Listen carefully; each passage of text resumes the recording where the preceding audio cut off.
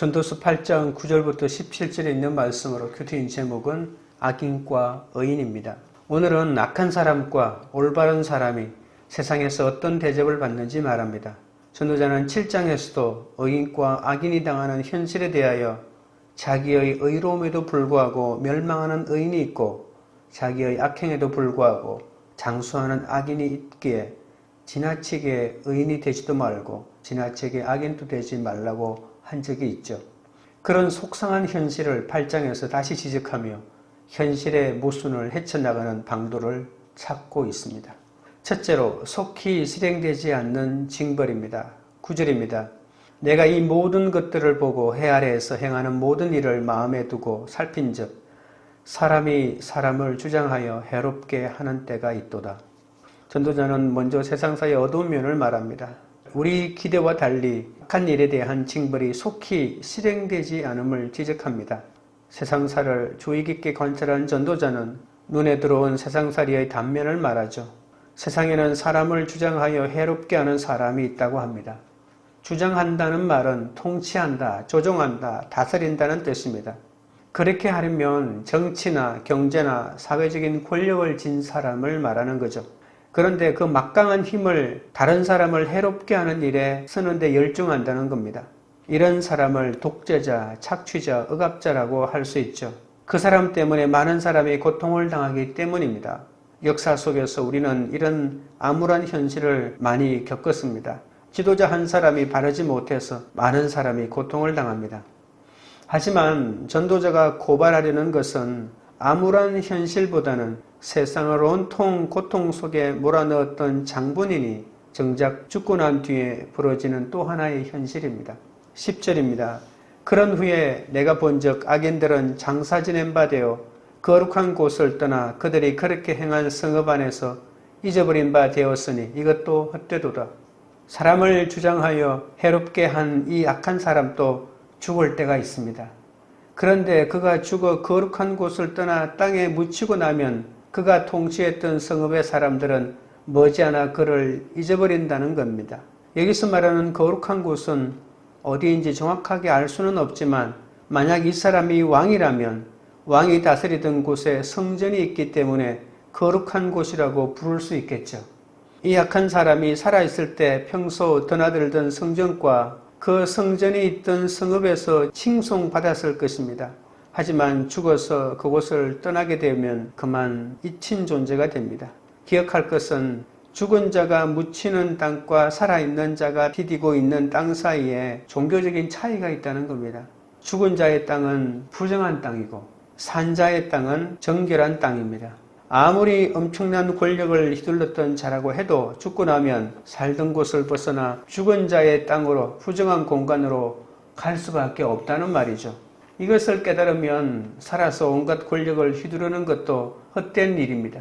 사람은 누구나 죽습니다. 누군가 묘지에서 장례를 치르거나 참배하면서 울고 있지만 이 모습은 바로 내일의 우리의 모습 아닙니까? 아무리 포악스럽게 살았던 자들이라도 한번 죽고 나면 쓸쓸히 잊힌 존재가 됩니다. 강압적인 힘과 권력과 재력을 동원해서 아름다운 도시를 건설해도 통치자가 죽고 난 뒤에는 그 이름이 잊히는 게 세상의 현실입니다. 그렇기에 살아있을 때, 힘이 있을 때 어떻게 사는 것이 제대로 사는 것인지 신중하게 생각해 보아야 합니다. 11절입니다. 악한 일에 관한 징벌이 속히 실행되지 아니하므로 인생들이 악을 행하는 데에 마음이 담대하도다. 악한 자의 운명을 놓고서 겪는 전도자의 쏘가리를 말합니다. 하나님이 지으신 세상에서 선한 자는 보상받고 악한 자는 심판을 받아야만 합니다. 그래야 세상살이가 제대로 진행되지 않겠습니까? 그런데 현실은 그렇지 못합니다. 악한 자에 대한 징벌이 현실에서는 빨리 이루어지지 않습니다. 그러니까 세상에는 악한 사람들이 더 많아질 수밖에 없죠. 옳고 그름만으로 판단하는 세상 정의의 관점에서 보면 받아들일 수 없는 불의입니다. 인생들이 악을 행하는 데에 마음이 얼마나 담대한지 모릅니다. 악을 저질러도 어떤 제재도 받지 않으니까 재판을 통해서 정의가 실현되지도 않고 그렇다고 하나님의 심판이 이루어지는 것도 아니니 하나님이 없다고까지 말하고 마음 놓고 악을 저지르는 거죠. 이렇게 불의가 횡행하니 누구라고 할 것 없이 모두 악을 행하기에 끄리낌이 없습니다. 아무리 악한 짓을 했어도 하나님의 심판이 바로 내리지 않는다고 생각하기 때문이죠.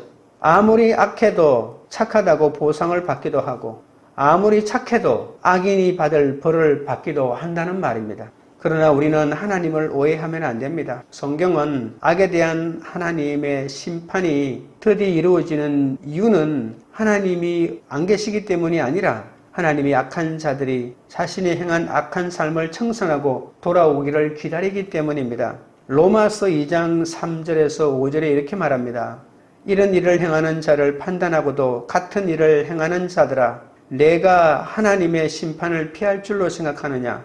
혹 내가 하나님의 인자하심이 너를 인도하여 회개하게 하심을 알지 못하여 그의 인자하심과 용납하심과 길이 참으심이 풍성함을 멸시하느냐? 다만 내 고집과 회개하지 아니한 마음을 따라 진노의 날 곧 하나님의 의로우신 심판이 나타나는 그날에 이 말 진노를 내게 쌓는도다. 악한 자에 대한 징벌이 드디다는 사실은 모순이고 잘못되었다고 따져서는 안 됩니다.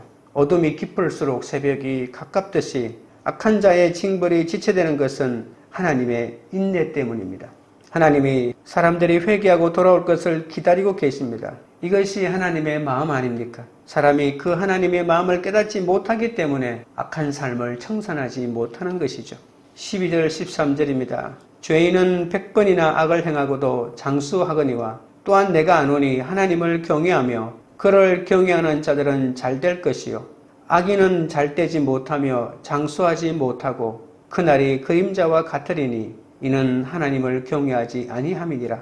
사람들은 눈을 뜨고 잠자리에 들기까지 얼마나 악한 짓을 궁리하며 사는지 모릅니다. 악을 행하는 데에 마음이 담대한 것을 바로 우리 자신의 모습입니다. 그럼 우리는 어떻게 살아야 할까요? 어떻게 살아야 허탄한 삶에 빠지지 않을까요? 전도자는 세상에서 답을 찾지 않고 하나님께 기준을 둡니다. 전도자는 두 가지를 말하죠. 첫째, 알아야 할 것은 악인은 잘되지 못하며 장수하지 못하고 그날이 그림자같이 된다는 확신입니다. 세상 사람들이 악하게 살면서 괜찮다고 외쳐도 그런 인생은 그림자와 같다는 겁니다. 또 하나 알아야 할 것은 하나님을 경외하는 자들은 잘 된다는 확신입니다. 세상살이가 모순처럼 보인다 해도 하나님 앞에 경건하게 살면 하나님을 두려워하는 사람에게는 다 잘 될 수밖에 없다는 겁니다. 하나님을 경외하는 것은 단순히 하나님을 두려워하는 것이 아닙니다. 하나님이 위대하시다는 것을 절실히 느끼기에 하나님을 공경하고 하나님 앞에서 조심하는 것이죠. 한낮의 정오 무렵에는 사람의 그림자가 눈에 잘 띄지 않습니다. 사람의 그림자는 석양빛을 받을수록 길게 드리워지죠. 악인의 날이 그림자와 같다는 말은 악인의 끝이 온다는 말입니다. 하나님을 공경하는 사람은 하나님이 싫어하는 악을 버려야 합니다. 하나님을 경외하는 사람은 자기 발에 신을 벗고 내 속에 악을 내려놓고 하나님의 임재 앞에 서야 합니다. 이렇게 할 때 하나님을 섬기는 사람에게는 모든 일이 잘 될 수밖에 없다는 것이 성경의 선포입니다. 불의한 세상에서 내 생각이 아닌 하나님의 말씀을 기준으로 삼아 장차 임할 심판을 믿는 것이 하나님을 경외하는 지혜입니다. 적용 질문 드립니다.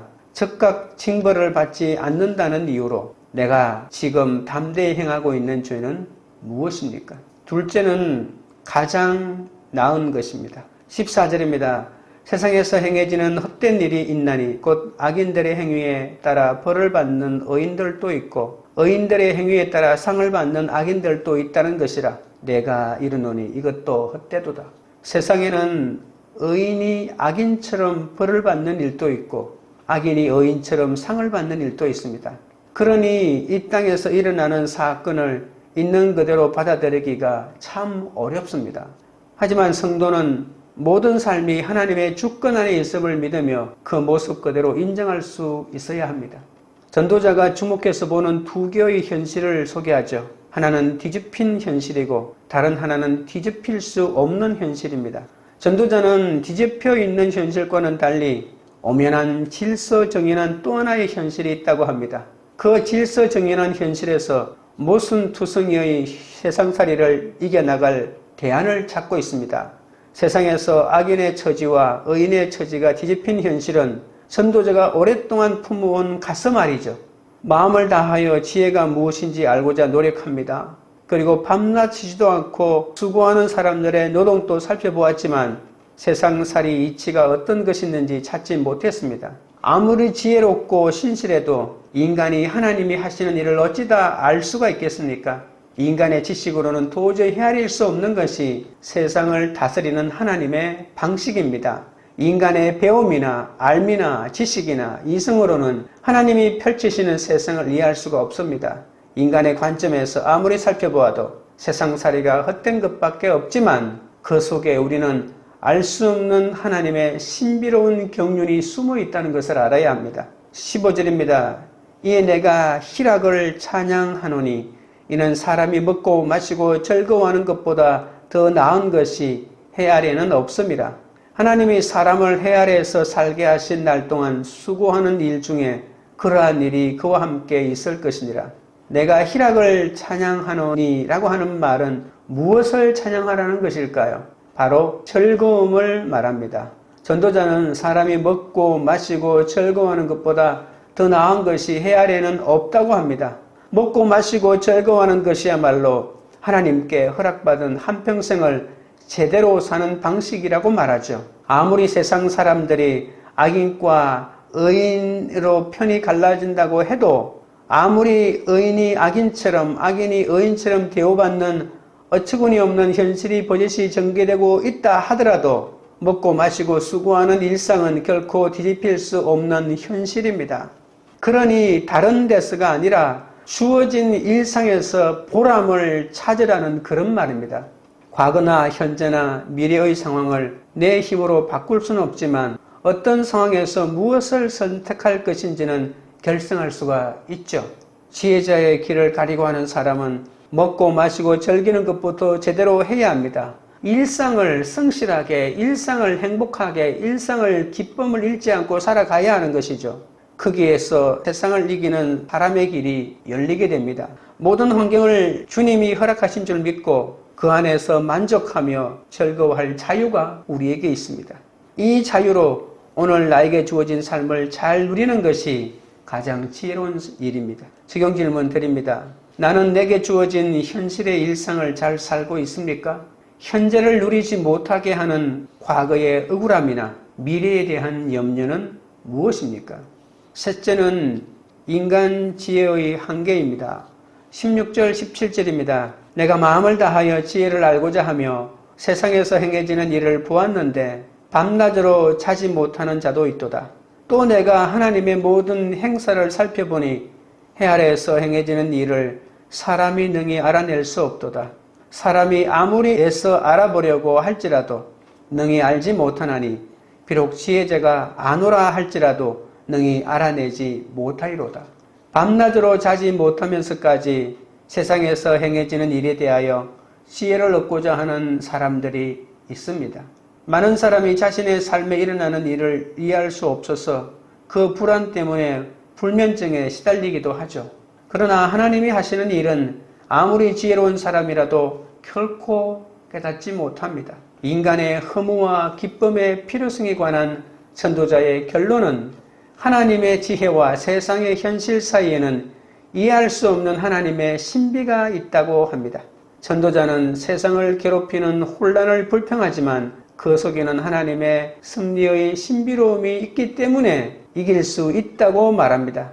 해 아래에 일어나는 모든 일은 바로 하나님의 활동입니다. 인간은 인간의 미래에 대한 하나님의 방법을 이해할 수 없고 하나님의 지혜가 어떻게 움직이는지 깨닫지도 못합니다. 전도자는 이 땅에서 하나님의 길을 분별하려고 애쓴 결과 지혜를 얻었다고 생각합니다. 그런데 자세히 살펴보면서 어떤 삶에 내가 깨달은 지혜를 적용해 보니까 세상은 여전히 모순 속에 빠져 있다는 것을 깨닫게 되죠. 인간의 지혜로 하나님의 모든 경륜을 재단하려고 하는 것은 해 아래에 일어나는 모든 사건, 그러니까 모순투성이밖에 없다고 탄식할 수밖에 없는 것이죠. 신비는 누구도 알 수 없는 이상한 것이 아니라 하나님이 일하시는 방식입니다. 해 아래 모든 생명에는 이런 신비로 가득 차 있습니다. 하나님은 평화의 날과 역경의 날을 모두 허락하셨죠. 해 아래 일어나는 모든 선과 악 사이의 끊임없는 반복은 인간 행동에 수없는 모순을 가져오고 이것은 결국 인간의 이해와 지식으로 전지전능하신 분을 이해하기 어렵게 만듭니다. 그러나 하나님의 의도와 목적은 인생의 승리와 고통 속에 비밀스럽게 숨겨져 있다는 겁니다. 전도서 5장 2절에 이렇게 말한 적이 있죠. 하나님은 하늘에 계시고 너는 땅에 있음이니라. 인간은 말을 함부로 하지 않고 인간의 한계와 제한된 분별력을 더욱 겸허하게 고백할 수밖에 없다는 겁니다. 현실이 마음을 짓누른다고 하나님 신앙에서 벗어나면 안 됩니다. 악한 자들이 판을 친다고 등달아 악한 자의 대열에 빠져서도 안 됩니다. 세상을 통치하는 사람이 삶을 무겁게 한다고 세상을 저버리고 등져서는 더욱 안 됩니다. 세상을 이겨야 합니다. 세상을 변화시켜야 합니다. 그러려면 내가 먼저 새 사람이 되어야 하죠. 마음을 새롭게 해야 합니다. 유혹의 욕심을 따라 사는 옛사람을 벗어버려야 합니다. 예수 그리스도의 십자가의 은혜와 부활의 영광이 바로 우리를 악에서 벗어나 새사람의 대열에 동참하게 만드는 것이죠. 그 새사람의 삶에서 우리 일상은 비로소 허탄한 것을 극복할 수가 있는 것이죠. 점이 모여 선이 되고 선이 모여 면이 되고 면이 모여 공간이 됩니다. 일상이 모여 일생이 되고 일생이 되어 인생이 되는 것이죠. 선한 하루가 모여서 선한 일생이 되고 악한 하루가 모여서 악한 일생이 됩니다. 하루하루를 선하게 보냈는데 악한 일생을 살 수가 없지 않습니까? 하루하루를 악하게 보낸 사람이 어찌 선한 일생을 살 수가 있겠습니까? 우리는 스스로 지혜를 얻으려 애쓰지 말고 하나님 앞에서 자신이 죄인임을 인정하고 진리이신 주님의 말씀을 날마다 듣고 따라가야 합니다. 이것이 가장 지혜로운 자가 되는 것이고 세상의 모순을 이기는 것이고 이 세상의 모든 모순투성이 같이 보이는 이 모든 일 속에 하나님의 변함없는 경륜이 숨어 있다는 것을 깨닫게 되는 것이죠. 적용 질문 드립니다. 요즘 나는 무슨 일로 편히 잠을 자지 못하고 근심합니까? 그 가운데 내가 회개해야 할 일은 무엇입니까? 기도드리겠습니다.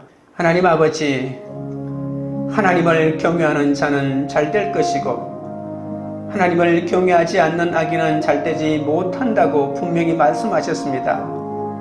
열심히 신앙생활을 한다고 하면서도 힘든 현실을 받아들이지 않아 밤낮으로 잠을 자지 못할 때가 제게도 많았사오니 불쌍히 여겨 주옵소서. 불의한 세상에서 내 생각이 아닌 하나님의 말씀을 기준으로 하나님을 경외하는 삶을 살아갈 수 있도록 역사하여 주시옵소서.